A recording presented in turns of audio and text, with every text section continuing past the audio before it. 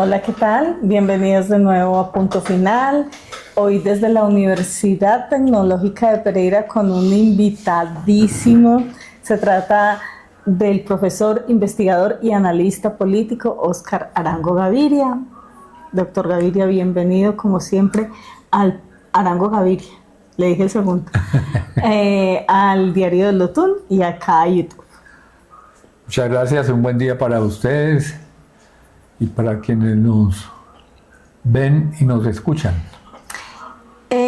Como estábamos hablando hace un ratico, la idea es, sobre todo el elector joven, que son las personas que consumen YouTube y redes sociales, puedan tener como idea de lo que ha pasado en Colombia, la transformación que se ha dado de las elecciones.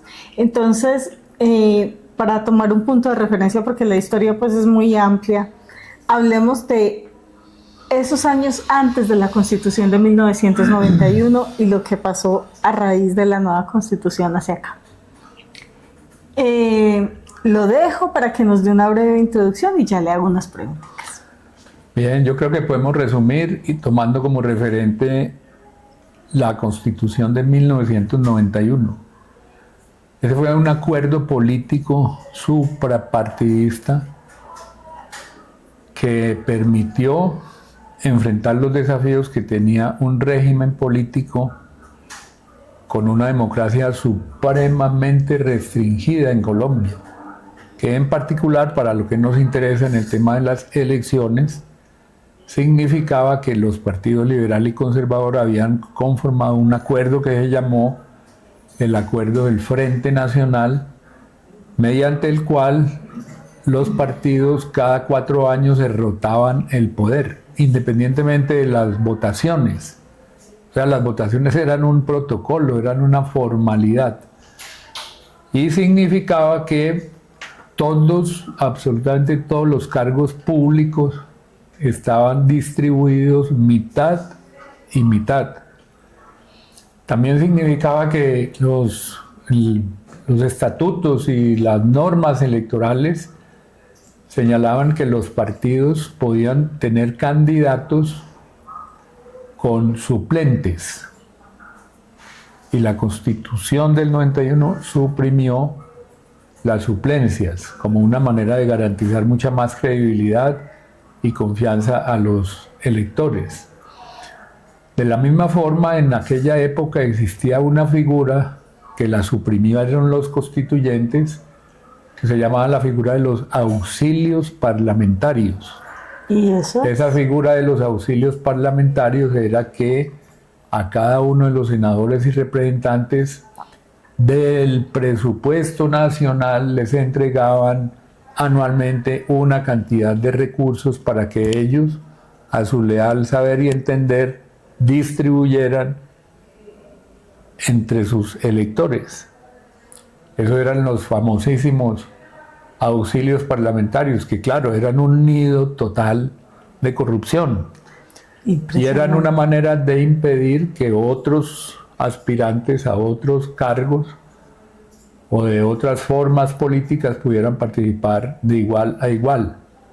Entonces los constituyentes también incluyeron una norma que impedía que existieran los auxilios parlamentarios. Y hoy el país discute cuál debe ser la mejor forma de financiación de las campañas electorales. El Acuerdo de Paz, por ejemplo, del año 2016 indica que uno de los acuerdos que debemos, uno de los pactos que hay que hacer es garantizar que las elecciones tengan financiación estatal. Con lo cual todos los candidatos, todos los partidos tendrán igual cantidad de derechos en esa materia de recursos para ser invertidos en las elecciones. Se evita volar los topes, se evita que lleguen dineros que muchas veces no nos dimos cuenta cuándo entró, ni cómo entró, ni quién los entró, ni... Tal cual. Entonces allí estamos en una situación como la que se vive hoy en Colombia todavía, y es que a un señor le encuentran 1.000 millones de pesos en una camioneta y con nombres de unos posibles candidatos y no sé qué. O sufragantes. O sufragantes, entonces ahí tenemos un tema muy delicado. De la misma forma, creo que es muy interesante que entendamos cómo se ha ido transformando el régimen electoral colombiano en virtud de la decisión de aprobar lo que conocemos con el nombre de umbral y cifra repartidora. Después de suprimido el bipartidismo, aparecieron muchísimos partidos y organizaciones políticas de todo orden y naturaleza, y entonces, para evitar que eso se desnaturalizara, hubo un acuerdo que decía, no, vamos a colocar un umbral que es un porcentaje de votos mínimos sin los cuales un partido no puede existir. En este caso, por ejemplo, en el que nos encontramos hoy, en la votación al Senado, el partido que no obtenga siquiera el 3% del 3% del total de votos no podrá tener persona jurídica en el Senado. Y en la Cámara el 50% de los votos que se obtengan en el respectivo departamento. Entonces ese tema del umbral y la cifra repartidora ha significado que los partidos tengan también que hacer sus propios acuerdos. Algunos ya no se presentan solos, entonces eso explica en gran medida los convenios, las coaliciones que se han ido presentando. También tenemos la figura de la doble vuelta. Ah, sí.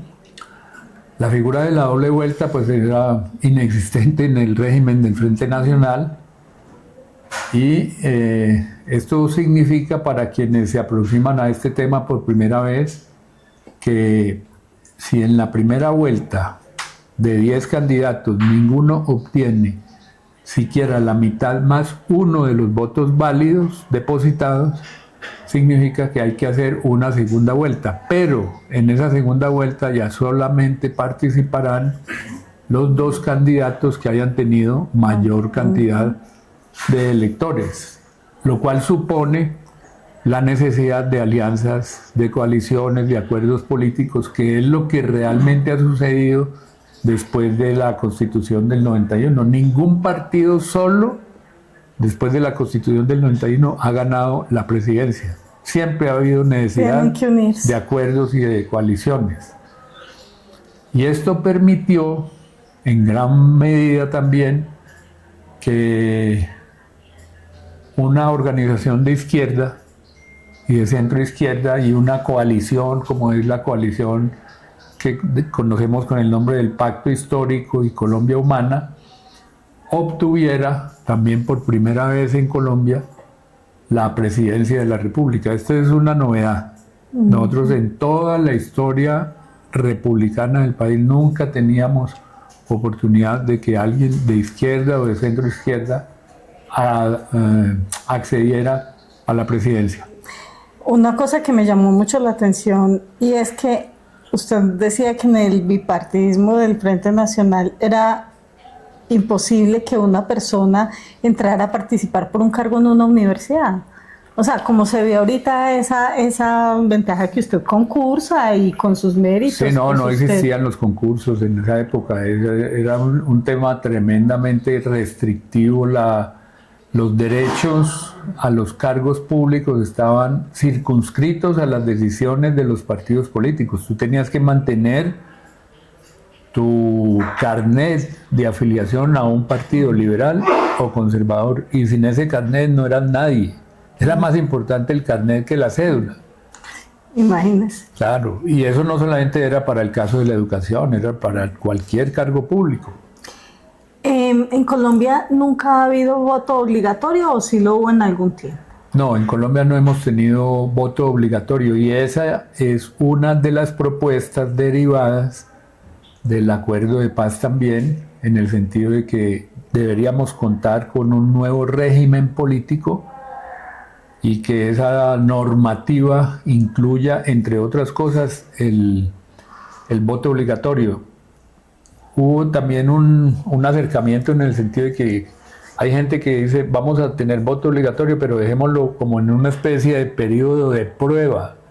Probemos durante 8 años a ver cómo nos va, cómo la ciudadanía recibe lo del voto obligatorio.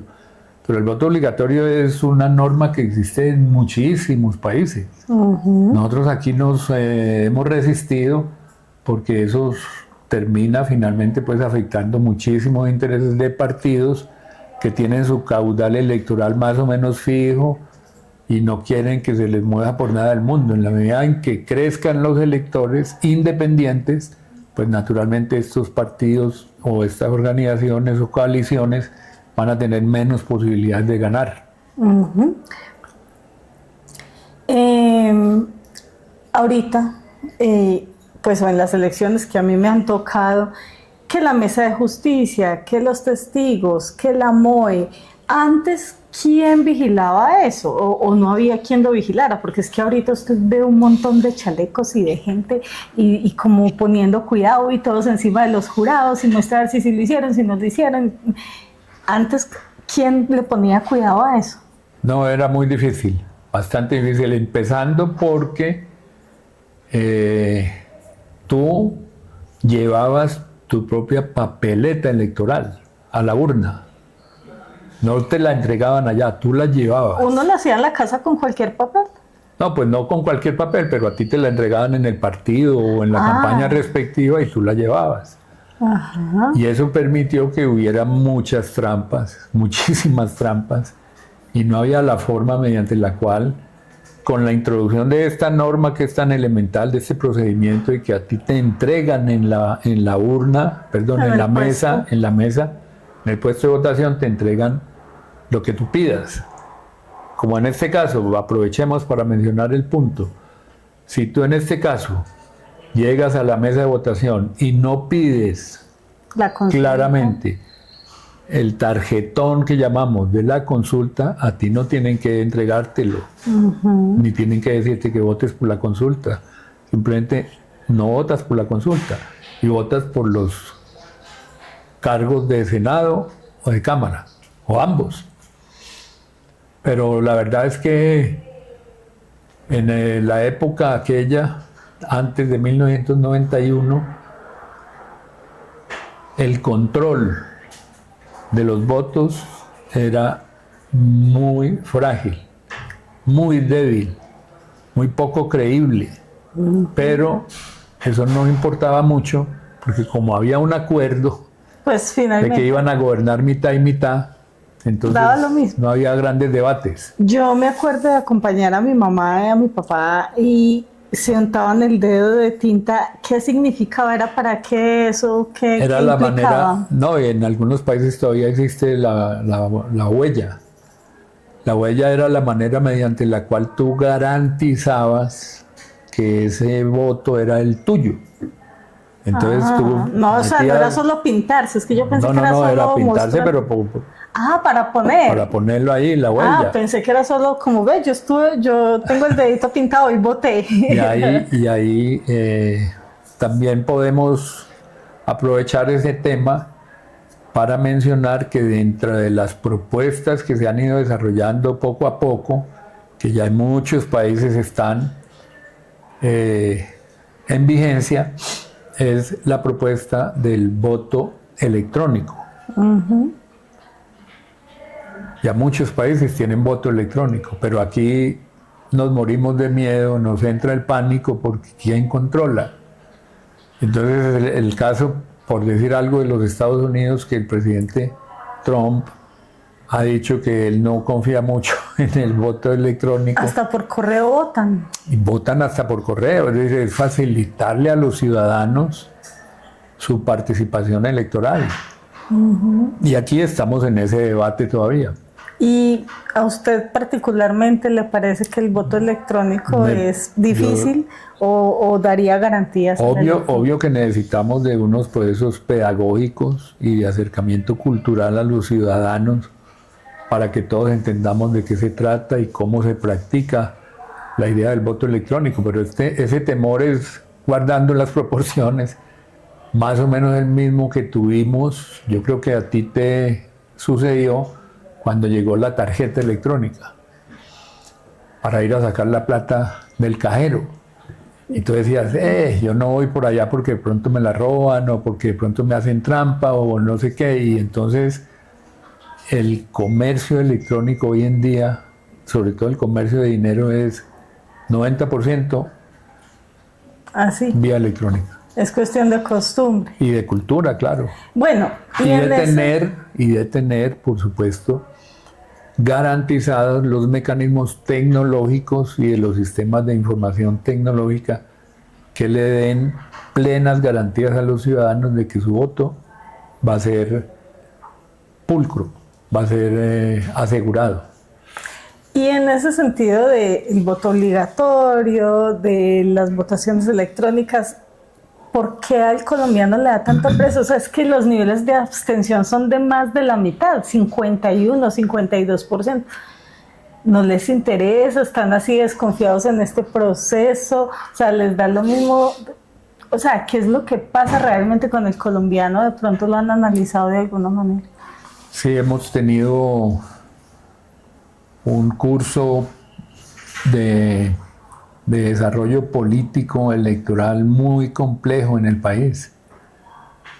Y como venimos de unos antecedentes que son tan perversos, sobre todo ese antecedente del Frente Nacional, pues no es tan fácil que los partidos y las organizaciones políticas progresivamente vayan persuadiendo, vayan llenando de argumentos a los ciudadanos para que participen electoralmente. Pero yo tengo una confianza en el sentido en que vamos a avanzar en esa dirección.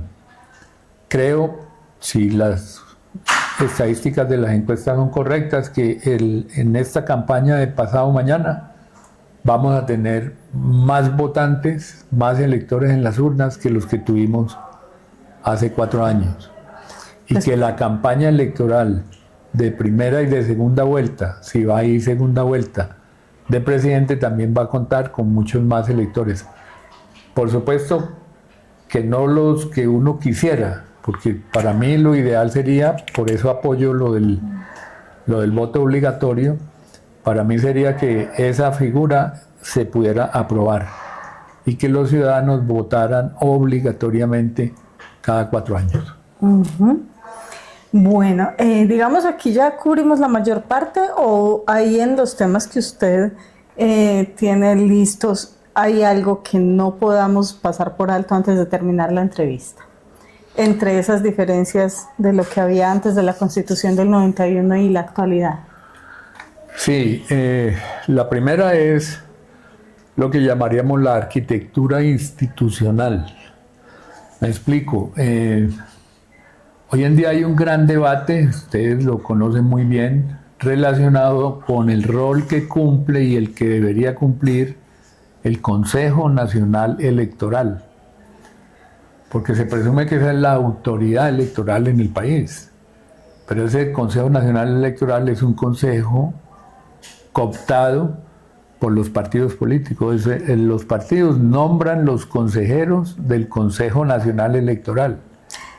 Entonces la credibilidad de ese consejo es muy poca, es muy precaria. ¿No es como un estamento hermanito de la registraduría? No, la registraduría tiene otros papeles. Y entonces es totalmente independiente, no se pueden comparar ni en un nivel ni nada. No, son complementarios. Uh-huh. Son complementarios. En el acuerdo de paz y en la propuesta de nuevo régimen político en Colombia está incluida una iniciativa dirigida a crear un tribunal electoral que reemplace al Consejo Nacional Electoral, pero que ese tribunal sea independiente y que sea nombrado con criterios de meritocracia, con claridad total, con transparencia, que eso no sea simplemente unos acuerdos entre partidos a ver cómo se quedan con todos los cargos del Consejo Nacional Electoral. Esa es una de las deudas que tenemos ahí. ¿Y los tribunales de garantías que funcionan como en cada departamento, también funcionan con la misma lógica del Consejo Nacional Electoral. Es la misma lógica. Sí. Exactamente, sí. Pero también podríamos mencionar que en las reformas institucionales que se requieren en el país hay una que tiene que ver con la Procuraduría. Y es que, como conocemos, la Procuraduría hoy puede sancionar sin ningún problema a funcionarios de elección popular. Entonces uno se encuentra con que si el procurador del caso es enemigo político de ese funcionario, pues buscará la manera de sancionarlo. Eso ya lo vivimos aquí en Colombia con el caso de Bogotá, Sí. cuando sancionaron a Gustavo Petro cuando era alcalde. Pero antes del 91, ¿quién hacía esas funciones del procurador? O sea, ¿quién estaba como encargado de eso? Eso no existía. No había nadie siquiera medio parecido que hiciera nada, eso. Absolutamente nada. Ni siquiera como para asustarlos un poquito, nada. No. Bueno, ¿alguna otra cosa? Sí, otra cosa es la participación de los partidos en su actividad, digamos, legislativa. Entonces, hoy tenemos, por lo menos nominalmente, la ley que obliga a que los partidos trabajen mediante el mecanismo de lo que se llama esto es el nombre de bancadas. Entonces, el régimen de bancadas. Tú estás en un partido X, vas al consejo municipal y antes de tomar una decisión sobre un tema importante, entonces tienes que consultar con la bancada, o la bancada fija una posición. Y eso es lo que vemos en el Senado, lo vemos en la Cámara y todos los cuerpos colegiados. ¿De acuerdo? Y se presume que, adicional a eso, los partidos deben tener internamente un régimen democrático para proceder a nombrar sus autoridades internas, pero también un régimen democrático para construir sus listas al Senado, a la Cámara, al Consejo, a las asambleas. En este caso, por ejemplo, que estamos terminando en Colombia, en esta campaña, solamente un partido, una coalición de partidos, tuvo lista cerrada,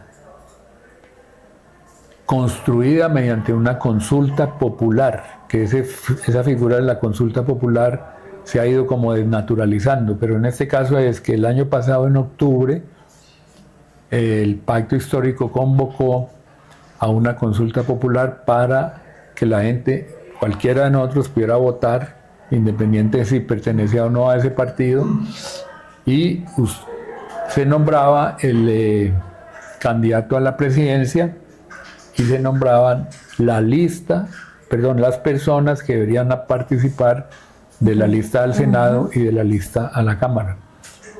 Esas listas fueron construidas de esa manera, pero hay otros partidos que hoy, creo que son 8 partidos o coaliciones, que tienen lista cerrada, pero no la construyeron mediante un mecanismo de participación. Esa es la pequeña diferencia.